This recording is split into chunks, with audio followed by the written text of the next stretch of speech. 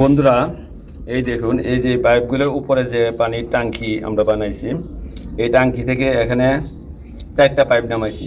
এই যে থেড পাইপটা দেখতেছেন, এটা হলো আপনার এই ট্যাঙ্কির আউটপুট লাইন, মানে ওভার পানির লাইনটা। আর একটা লাইন হচ্ছে ট্যাঙ্কিতে পানি ওঠার জন্যে। আর একটা লাইন দেওয়া হয়েছে আপনার এই যে রিজার্ভ ট্যাঙ্কিতে যাওয়ার জন্যে।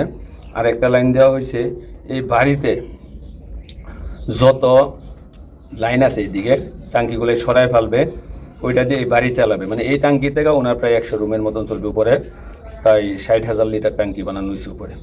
এই কথা, তার মানে এই 3টা সিপিবিসি পাইপ দিলাম, একটা বাড়ির লাইনের জন্যে, আর একটা হচ্ছে টাঙ্কির যে ওয়েস্ট ওয়াটার যেটা, এটাতে চালামো। আর এটা দিয়ে এই ওয়েস্ট ওয়াটারের লাইনটা দিয়েই টাঙ্কি পরিষ্কার করে যে লাইনটা বানাইছি পরিষ্কার করার জন্য, এই লাইনটা দিয়ে এই বিল্ডিংয়ের সাইডের ফায়ারের লাইনগুলোই করবো আর কি। আর একটা লাইন দিয়ে আপনি টাঙ্কিতে উঠবে এই রিজার্ভ ট্যাঙ্কি থেকে এবং ডাইরেক্ট মোটর থেকে। অবশ্যই জানাবেন কাজটা কেমন হলো। ভুল হলেও বলবেন ভুল হয়েছে, সঠিক হলেও বলবেন সঠিক হয়েছে। ভুল থেকে শিক্ষা নেব ইনশাআল্লাহ।